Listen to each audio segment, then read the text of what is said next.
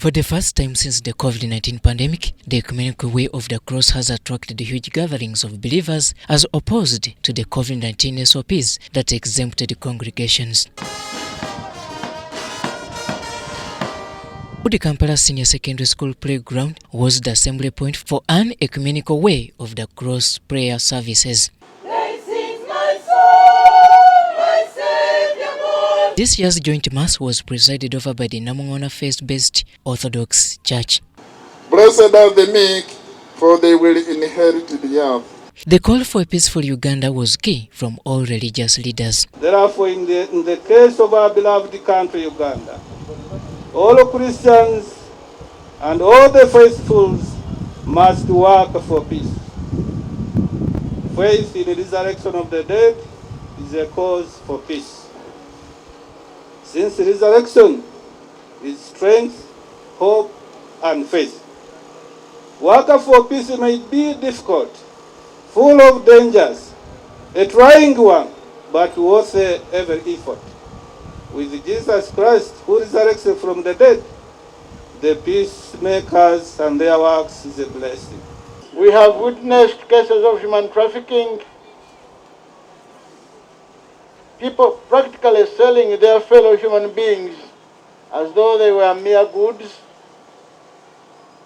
We have seen people whose body organs have been harvested and sold without permission. This is the Judas mentality of selfishness and greed. Interreligious Council also extended a prayer to all the departed souls. Dr. Kizito Rwanga and the Treasurer, Reverend Father Emmanuel Sechewa, we now pray for them, and we shall have a moment to remember them. I cannot fail to pay tribute to my predecessor, His Grace Archbishop Dr. Stephen Kizito Rwanga. I thank the organizers that they accorded us time to pray for him and pray for the late John Rwanga, with whom they served the UJCC with the dedication. They also condemned the continued ungodly acts being witnessed world over. We ask you to remember our brothers and sisters who are not going to celebrate Easter in tranquility because of wars. Countries like Russia and Ukraine, some West African countries that have had coups and also might not have peaceful Easter.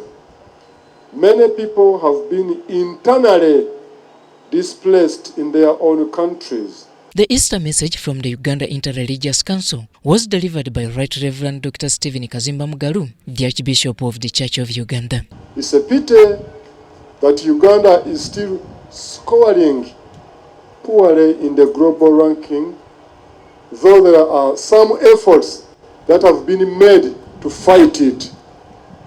We wish to remind you all that corruption is an evil that is condemned by God and in all the scriptures. The way of the cross marks the last moments of suffering for Jesus Christ as he now heads for crucifixion, death, and resurrection on Easter Sunday. Robert Onyango, UBC News.